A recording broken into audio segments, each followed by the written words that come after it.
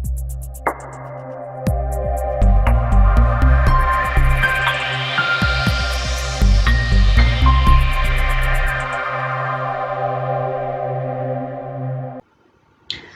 To the promise academy guys. आज हमारा first lecture है of chapter 2 of resolution of corporate disputes, जो हमारे मॉड्यूल 2 में आता है ऑफ सीएस प्रोफेशनल एग्जाम्स।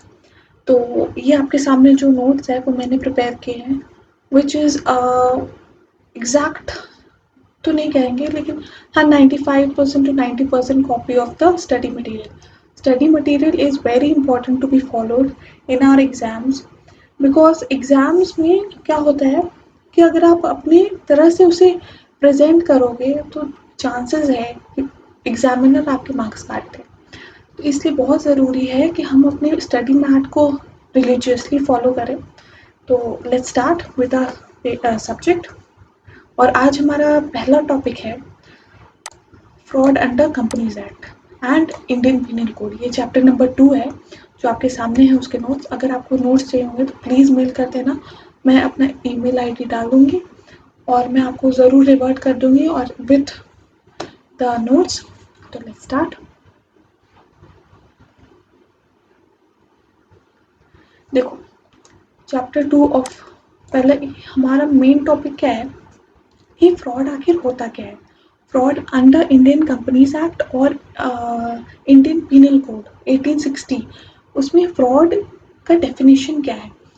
कई बार क्या होता है ना, हम फ्रॉड, नेग्लिजेंस, चीटिंग इनको सिनोनिमसली यूज़ करते हैं, which is technically wrong in terms of our exam point of view, from our exam point of view. So हम आगे देखते हैं कि हमारा टॉपिक क्या है. और सेकेंडली मैं आपको एक और बात बता देना चाहती हूँ कि आपको ये चीज़ें, ये डेफिनेशंस याद करनी पड़ेंगी. और डेफिनेशन में ज़्यादा छेड़छाड़ नहीं कर सकते जिससे आप एग्ज़ाम में लिखो, लेकिन हाँ देखते हैं आपको याद हो जाएगा, उसकी आप चिंता मत करो. तो पहला टॉपिक हमारा है meaning and definition of fraud. Fraud आखिर होता क्या है और किस चीज़ को हम फ्रॉड कहते हैं. Fraudulent behaviour requires. देखो, ये एक बहुत इंपॉर्टेंट लाइन है जो हमारे स्टडी मैट में है कि fraudulent behavior requires stringent action when compared to mere procedural violations. इसका मतलब ये है कि जब कोई भी एक इंसान फ्रॉड करता है तो उसका जो भी पनिशमेंट है वो बहुत ही स्ट्रिक्ट होनी चाहिए, स्ट्रिंजेंट होनी चाहिए, और इसे कभी भी लाइटली नहीं लिया जाना चाहिए. जहाँ पे फ्रॉडुलेंट इंटेंशन हो, फ्रॉडुलेंट इंटेंशन हम आगे जाएंगे और आगे पढ़ेंगे. आप हम जो नोट्स पढ़ रहे हैं उसमें हम लोग आगे पढ़ेंगे कि फ्रॉडुलेंट इंटेंशन क्या होती है. और सेकेंडली जो प्रोसीजरल वायलेशन है, फॉर एग्जांपल कि आपने गलती से, मैलिफाइड इंटेंशन नहीं होना चाहिए, बोनाफाइड इंटेंशन होना चाहिए. अगर आपने गलती से कभी भी अपने, फॉर एग्जांपल कोई कंप्लायंस था, आपसे नहीं हुआ, आपसे छूट गया, तो ये उसको डील करता है.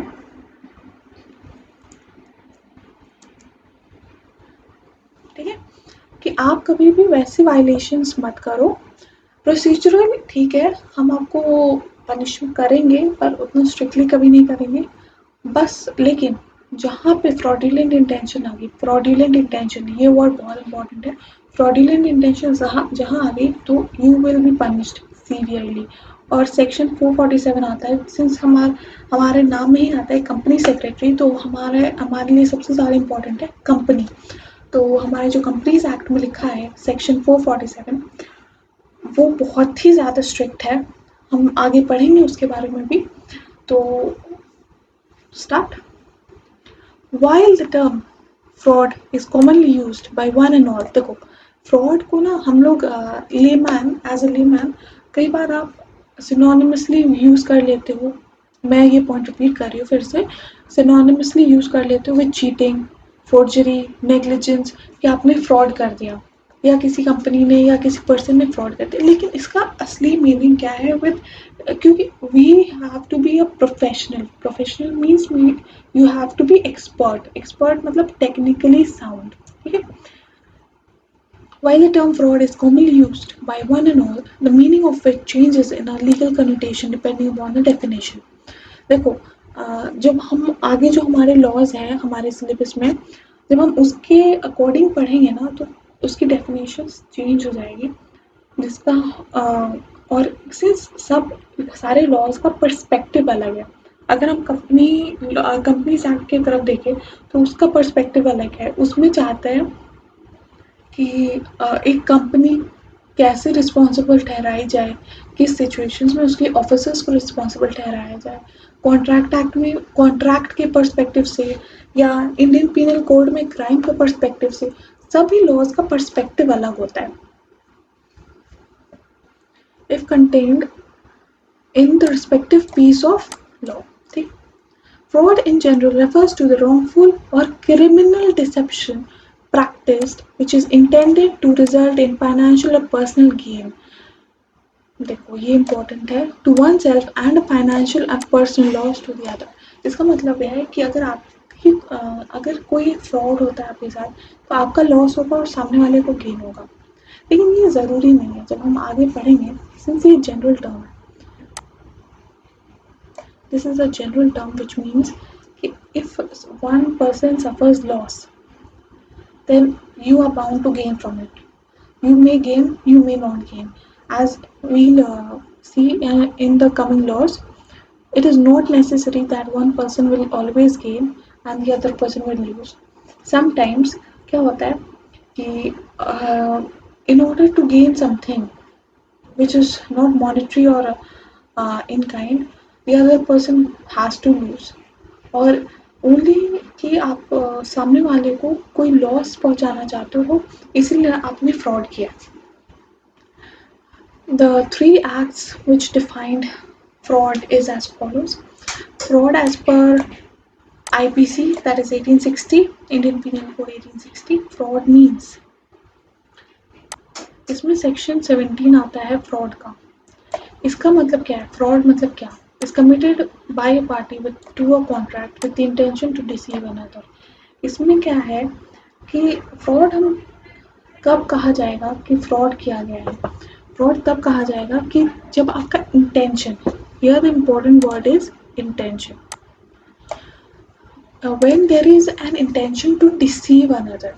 ठीक है, ये बहुत इंपॉर्टेंट है कि आपका इंटेंशन होना चाहिए डिसीव करने का। अगर आपका इंटेंशन नहीं है तो वो फ्रॉड, ऐसे तो डिपेंड करता है सर्कमस्टांसेस टू सर्कमस्टांसेस, लेकिन जनरली वो फ्रॉड नहीं कहा जाएगा। और हमारा नेक्स्ट लॉ है Indian contract act, that is 1872।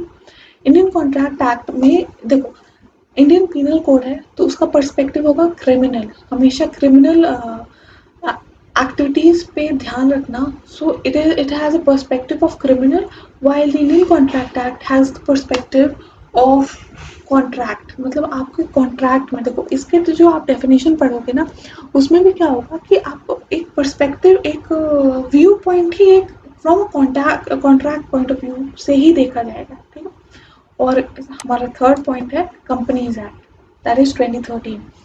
Companies act में बहुत ही डिटेल में हमारे सिलेबस में है, तो हम आगे बढ़ते हैं। इंडियन पीनल कोड का हमने देखा। और देखो इसमें the most important essential for criminal activity, for a criminal activity to be termed as fraud includes the intention to deceive. The intent is very important in Indian Contract Act. Sorry, I mentioned Indian Penal Code earlier, but it is of Indian Contract Act. My mistake. तो यहाँ contract के perspective में लिखा हुआ है कि when a person's activities will be termed as fraud. तो here important term is intention. तो the most important two terms, जो हमारे दो terms है जो बहुत ज़रूरी है, are first is the intent to deceive or to gain advantage.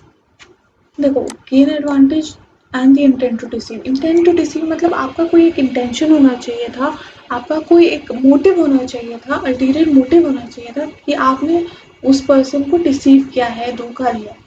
And second important point is to injure someone's interest. Second important point is to injure someone's interest का मतलब क्या? मतलब किसी के आप किसी को हानि पहुंचाना। हानि कैसे पहुंचा सकते हो?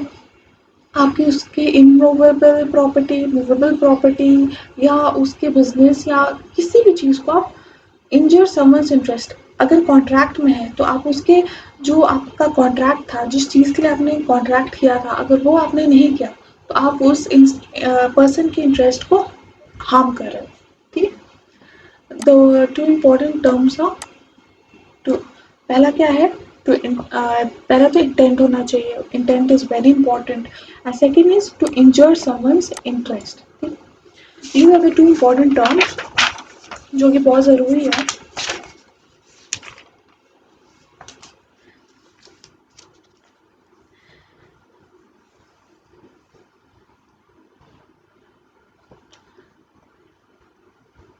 हमारा नेक्स्ट टॉपिक है section 447 as defined in the companies act. It is a very comprehensive definition. It is a very comprehensive definition in terms in respect कि आपको बताता है कि कौन से पार्टीज इन्वॉल्व है, कौन सी चीज़ों को लेके किस सिचुएशन में आपको कहा जाएगा कि आपने फ्रॉड किया है।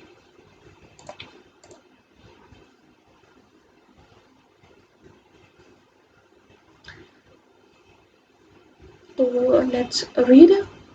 Fraud in relation to affairs of a company or body corporate includes. देखो यहाँ पे सिर्फ कंपनी ही नहीं है, आप ये बात ध्यान देना कि कंपनीज एक्ट की ज़रूरी है डेफिनेशन है, लेकिन fraud in respect of companies as well as body corporate दोनों चीज़ें हो सकती है। ठीक है। Fraud in relation to the affairs of the company, ठीक है, in relation to the affairs of the company, and second is body corporate includes. This is a very common part in most of the definitions, whether it is in SEBI में हो चाहे companies act में हो, ये बहुत ही common line है जो आपको दिखेगी। includes any act, omission, concealment or any fact or abuse of position। आप फिर से पढ़ो। includes any act, चाहे करना, omission चाहे ना करना, कंसीलमेंट छुपाना, किसी भी फैक्ट को या अपनी पोजीशन को, जिस पोजीशन से आपको उसे अब्यूज करना, उसे गलत तरीके से यूज करना। ठीक, कमिटेड बाय एनी पर्सन और any other person with the connivance. चाहे कमिटेड बाय अ पर्सन, मतलब चाहे in the company, outside the company, चाहे उसकी मर्जी से, चाहे उसके किसी एजेंट ने, किसी ने भी अगर ये फ्रॉड का कोई भी activity, the given mentioned activities अगर उसने की है तो इसे फ्रॉड माना जाएगा। And this line is very important, intent to deceive. Intention is again very important.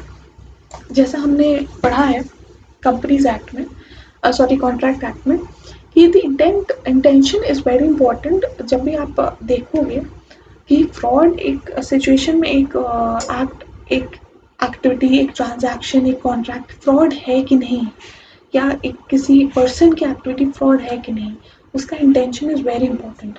और इस पे बेस्ड केस लॉज भी आगे हम पढ़ेंगे जो हमारे स्टडी मैट में दिए हुए, और आपको वो चीज़ें याद करनी होगी। ठीक है। To gain undue advantage from, चाहे अनड्यू एडवांटेज मतलब जो आपके हिस्से की एडवांटेज नहीं थी, जो आपको नहीं मिलना चाहिए था अगर लीगली देखा जाए तो, लेकिन फिर भी आपने वो एडवांटेज लिया। एडवांटेज का मतलब मॉनेटरी भी हो सकता है, नॉन मॉनेटरी भी हो सकता है। टू इंजॉय द इंटरेस्ट, चाहे देखो यहाँ दो चीज़ आएंगी। पहला तो अनड्यू एडवांटेज लिया आपने, ठीक है, और सेकेंड है कि इंटरेस्ट का हैम्पर किया, किसी भी इंटरेस्ट, कंपनी के शेयर होल्डर्स के, क्रेडिटर्स के, या किसी भी पर्सन के इंटरेस्ट को अगर हैम्पर होता है तो आपकी एक्टिविटी, आपके एक्शंस को फ्रॉड करार किया जाएगा, and you will B liable under section 447 of company act. देखो ये जो हमने पहले डेफिनेशन पढ़ी थी उसमें था कि, मतलब जो जनरल डेफिनेशन हमने पढ़ी थी उसमें था कि आप सामने वाले को गेन होगा, आपको लॉस होगा, मतलब अगर मेरे साथ फ्रॉड हो तो। लेकिन इसमें क्या है कि ज़रूरी नहीं है, सिंस हमारे कंपनीज एक्ट में ये डेफिनेशन है कि it is not at all important that there has to be a gain or a loss to someone. चाहे आपको गेन हो या लॉस हो, या ये ज़रूरी बिल्कुल नहीं है। अगर आपको गेन नहीं भी होता है तब भी चीज़ों को फ्रॉड माना जा सकता है। देखो, on close analysis of the definition of the term fraud is as provided in the Companies Act, the following points emerge। ये कुछ important points हैं जो हम देखते हैं जब हम अब ये जो definition दी गई है सेक्शन 447 में, उससे जब हम closely analyze करते हैं। पहला क्या है, fraud is inclusive in nature, मतलब ये बताता है कि क्या क्या activities include। देखो, ये एक कॉम्प्रिहेंसिव डेफिनेशन है जो बहुत सारी एक्टिविटीज़ को इंक्लूड कर सकती है अपने एम्बिट में। Fraud need not be in relation to company. मैंने आपको पहले भी बताया कि फ्रॉड का ज़रूरी नहीं है कि इन रिलेशन टू कंपनी हो, ये बॉडी कॉर्पोरेट भी हो सकता है। बॉडी कॉर्पोरेट में ये इंक्लूड करेगा LLPs को भी, ठीक है। The horizon is larger means कि आप ज़्यादा लोगों को, ज़्यादा एक्टिविटीज़ को अपने अंदर इंक्लूड कर रहे हो। Fraud includes any act, omission, concealment of facts, abuse of position by a person. Sorry, ये point number 4 है, ऊपर आ गया। The definition extends to those persons who connive with another in committing a fraud. Connive का मतलब है कि आप भी भागीदार हो उस चीज़ की, चाहे आपकी परमिशन से किया गया, चाहे आप साइलेंट रहे उसकी वजह से ये फ्रॉड हो पाया, वो सभी चीज़ों को ये इंक्लूड करता है डेफिनेशन। देखो, intention is very important. This is very important.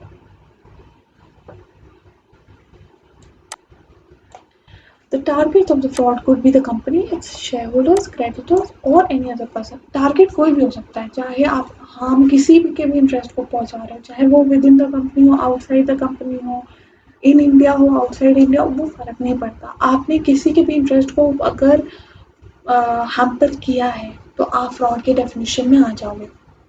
It is not necessary that it is not at all important that there should be a gain or a loss to someone to constitute a fraud. The gain or loss arising out of fraud cannot be the basis for deciding the violation or handing over of punishment. देखो, gain और loss एक तरीका हो सकता है कि जिसके basis पर आपकी पेनल्टी डिसाइड हो, लेकिन ये ज़रूरी नहीं है कि अगर गेन और लॉस नहीं है तो ये फ्रॉड नहीं होगा। ये फ्रॉड हो सकता है, बिल्कुल हो सकता है, इरिस्पेक्टिव ऑफ द फैक्ट कि इसमें गेन है, लॉस है, या चाहे कुछ भी नहीं है। ठीक, ये है under SEBI prohibition of fraudulent and unfair trade practices relating to securities market regulation 2003। ये हमारा कंपनीज एक्ट के बाद ये हमारा सेकंड इम्पोर्टेंट टॉपिक है इस चैप्टर का, या लॉ है जिसमें हमें फ्रॉड के बारे में बताया जाता है। इसका भी डेफिनेशन बहुत ही सिमिलर है, तो पढ़ते हैं। Fraud includes any act, expression, omission, concealment committed same in whether in a deceitful manner or not. देखो, इसको कभी भी एक साथ मत पढ़ना, एक साथ पढ़ने से आप कभी भी समझ नहीं पाओगे कभी भी एक डेफिनेशन को। डेफिनेशन का पढ़ने का फंडा ही क्या है कि आप उसे अलग अलग पार्ट्स में उसको तोड़ दो, उसको जितना ब्रेक करोगे उतना डेफिनेशन पढ़ने में आसानी होगी। बाय ए पर्सन, देखो I miss the second point, पहला तो ये तो सेम है। Second point, weather in deceitful manner or not, मतलब आपका डिसीटफुल मैनर था या नहीं था, धोखेबाजी आपकी थी कि नहीं थी। बाय अ पर्सन और by any other person with his connivance, भागीदारी, और बाय हिज एजेंट। एजेंट इसमें इसलिए भी है क्योंकि सिक्योरिटीज़ मार्केट में इंटरमीडियरीज, RTAs एक्सेट्रा एक्सेट्रा बहुत सारे प्लेयर्स आते हैं, तो इसलिए ज़रूरी नहीं है कि कंपनी खुद वो अपने चाहे एजेंट से, चाहे किसी भी थ्रू, क्योंकि फॉरेन कंपनीज भी इंडिया में काम करती है इंडियन सब्सिडियरी बना के, तो चाहे वो इंटेंशन मैलिफाइड किसका भी हो, चाहे वो फॉरेन कंपनी का हो या इंडियन कंपनी का हो, वो फ्रॉड के डेफिनेशन में ज़रूर आ जाएंगे अगर ये। और आगे हमारे पॉइंट्स दिए हुए, ये बहुत इंपॉर्टेंट है इस रेगुलेशन में फ्रॉड काउंट होने के लिए। वाइल डीलिंग इन सिक्योरिटीज़, अगर सिक्योरिटीज में है ही नहीं, सिक्योरिटी मार्केट में ही नहीं है, तो आपका फ्रॉड ही नहीं आएगा इस परव्यू में। IPC में आप फंस सकते हो 1860, आप इंडियन कॉन्ट्रैक्ट एक्ट में फंस सकते हो, आप कंपनीज एक्ट में फंस सकते हो, पर शायद आप सिक्योरिटीज मार्केट में नहीं फंसोगे क्योंकि आपने सिक्योरिटीज के मार्केट को हैम्पर ही नहीं किया। In order to induce another person or his agent, induce मतलब आप उसको बोल रहे हो, उकसा रहे हो, आप उसे फेक प्रोमिसेस कर रहे हो कि आपको रिटर्न्स मिलेगी, आपको बहुत कुछ फायदा होगा। Whether not there is a wrongful gain or not, और avoidance of any loss and shall include. देखो, फ्रॉड का definition basic purview, basic structure जो डेफिनेशन का है वो कंपनीज एक्ट में भी यही है। फ्रॉड बल्कि सेबी जो रेगुलेशंस होती है वो हमेशा से बहुत इजी रहती है कंपेयर टू कंपनीज एक्ट। वो ट्रिकी हो सकती है, सेबी रेगुलेशंस का पैटर्न एक जैसा होता है। अगर आप एक रेगुलेशन को अच्छे से पढ़ लोगे ना तो आने वाले कोई भी रेगुलेशन को पढ़ने में मुश्किल नहीं होगी। देखो, ये these are few given points जिस which may be considered as fraud। 9 points दिए गए हैं जिस देखो, इट इंक्लूड्स, मतलब ये जो ऊपर में आप पढ़े हो वो तो आएगा ही, लेकिन ये नीचे दिए गए 9 पॉइंट्स में भी अगर आप फंसते हो, आप कोई भी एक्टिविटी कमिट करते हो तो ये फ्रॉड कहा जाएगा।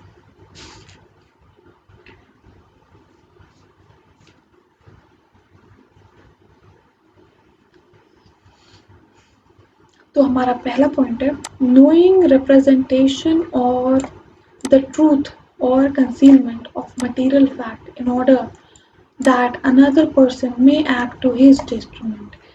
देखो, एक फैक्ट को आप बता रहे हो, मिसरिप्रेजेंट कर रहे हो, जो आपको बल्कि आपको पता है कि सच्चाई क्या है, लेकिन फिर भी आप उस चीज़ को ऐसी तरीके से पेश कर रहे हो जो वो असलियत में है नहीं। हाँ, फॉर एग्जाम्पल एक पुरानी बिल्डिंग है, आपको बेचनी थी, आप कहते, मतलब ये बिसाइड्स सिक्योरिटीज़ लो, सिक्योरिटीज़ में आप बात नहीं, चलो सिक्योरिटीज़ में एक एग्जांपल लेते हैं कि अगर आपका कोई सिक्योरिटीज़ थे आपको बेचने हैं, लेकिन वो कंपनी आपको पता है कि अच्छी परफॉर्म नहीं कर रही है, लेकिन फिर भी आप उससे फेक प्रोमिस करते हो टू द इन्वेस्टर्स या किसी भी पर्सन को कि वो उस सिक्योरिटीज़ को खरीदे।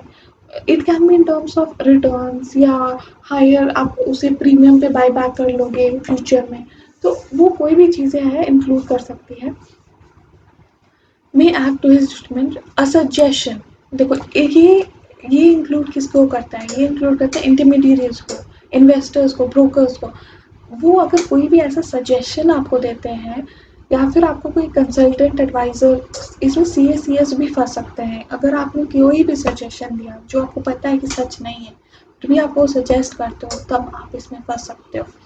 एक्टिव कंसीलमेंट मतलब छुपाना, और fact knowing the knowledge that और बिलीफ ऑफ द फैक्ट। आपको वो फैक्ट असलियत में पता है लेकिन फिर भी आप उसे छुपा रहे हो और उस पर्सन को इंड्यूस कर रहे हो ताकि वो आपके अकॉर्डिंग कोई एक्ट परफॉर्म करे। A promise made without intention of performing it, it is a very common definition जो कि इंडियन कॉन्ट्रैक्ट एक्ट में भी आता है। Any promise made without the intention, आपने कोई प्रॉमिस कर दिया कि मैं आपसे कॉन्ट्रैक्ट करूँगी, अगर मैं कॉन्ट्रैक्ट एक्ट की बात करूँगी कि I will purchase this house of yours at a certain date, तो I made a promise to you. It is not a contract in real terms क्योंकि इसमें अग्रीमेंट नहीं है, it is just a promise. लेकिन promise without the intention of performing is equally liable for fraud. Okay? A representation made in a reckless manner and careless manner, whether it is to be true or false.